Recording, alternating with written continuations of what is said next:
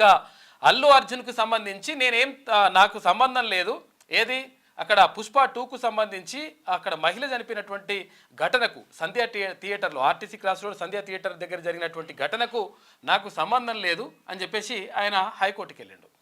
హైకోర్టుకి వెళ్ళి అక్కడ అప్పీల్ చేసుకున్నాడు. అంటే ఇప్పుడు సినిమా చూడడానికి వచ్చిన వాళ్ళు పిచ్చోళ్ళు అనమాట. ఆయన వచ్చింది మాత్రం అట్లా కాదంట, ఆయన చూడడానికి వచ్చిందట.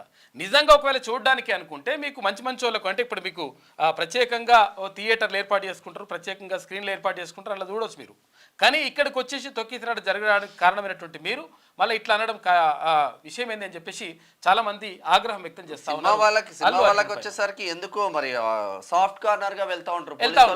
చిన్న ఎగ్జాంపుల్, ఇప్పుడు మంచు కుటుంబం ఉంది, మంచు ఇంట్లో మంటలు రాజేస్తే హైకోర్టు ఏం చెప్తా ఉంటారంటే పోలీసు వాళ్ళు అత్యుత్సాహం పనికిరాదు, మీరు వాళ్ళను మాట్లాడుకోనివ్వండి అని సాఫ్ట్ గా చెప్తా ఉంది. సరే, అంటే హైకోర్టు మనం తప్పు పట్టేది ఉండదు, అదో పరిచయం ఉంటుంది. కానీ సరే, అక్కడ ఆ విషయం పక్కకు పెడితే విషయం ఏంటంటే ఇప్పుడు చిన్నగా ఒకవేళ బిగ్ బాస్ షోలో మనోడు విజేతగా నిలిస్తే పల్లవి ప్రశాంత్ విజేతగా నిలిస్తే ఏమైంది, అప్పుడు జస్ట్ ర్యాలీ తీస్తారా అట్లయితారా ఇట్లయితారా అని మనోడు తీసుకొని లోపల పడేసారు. చెంచల్ కూడా జైల్లో, మేము కూడా ములాఖత్ వెళ్ళేసి వచ్చినాము.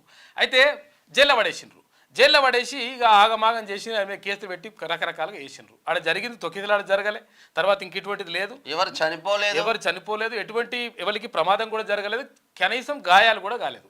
అయితే ఇట్లా ఎట్టి పరిస్థితుల్లో నువ్వు ర్యాలీ తీస్తే ఇబ్బంది అవుతుందని చెప్పేసి తీసుకుపోయి లోపల పడేసారు. అంటే చిన్నోడు కాబట్టి, తర్వాత ఇక్కడ గజ్వేల్ పిల్లగాడు కాబట్టి, అది ముదిరాజ్ పిల్లగాడు కాబట్టి ఇట్లా ఇది జరిగిందనమాట.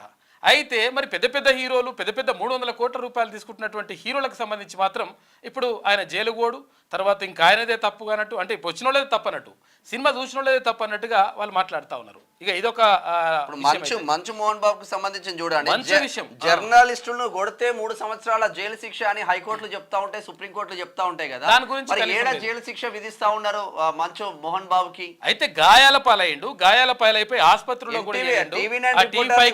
ఎన్టీవీ రిపోర్టర్ కాలు ఇరిగిపోయిన పరిస్థితి, గ్రిల్లలో పడ్డాడు ఎన్టీవీ రిపోర్టర్.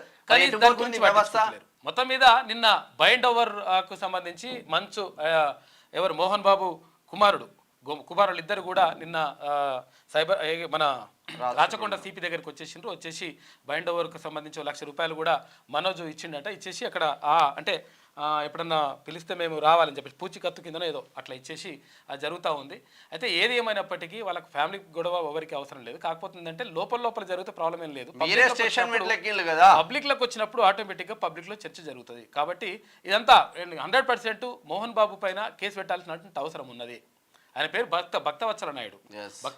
ఆయన పేరు అంత అసలు పేరు మోహన్ బాబు అసలు పేరు. అయితే భక్తవత్సల నాయుడు పైన 100% కేసు పెట్టాలి. ఎందుకంటే జర్నలిస్టులు ఇష్టం వచ్చినట్టుగా నీకు సినిమాలకు హైప్ తీసుకురావడానికి, సినిమాలలో మంచిగా నీకు అది రేటింగ్ పెరగడానికి అన్నిటికేమో జర్నలిస్టులు కావాలి. తర్వాత ఇప్పుడు విషయం అసలు యాక్చువల్గా కొంతమంది జర్నలిస్టులు కూడా అత్యుత్సాహం ప్రదర్శించొద్దు. ఎందుకంటే ఇళ్లకు డైరెక్ట్గా పోవడం కూడా కరెక్ట్ కాదు, అంటే అనుమతి లేకుండా అట్లా పోవడం కూడా కరెక్ట్ కాదు. కాకపోతే ఏంటంటే కొట్టడం ఏంది, ఇది ఎక్కడి సంస్కృతి?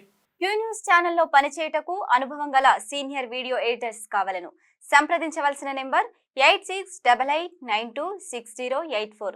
qnewsads@gmail.com ను సంప్రదించండి. లైక్ చేయండి.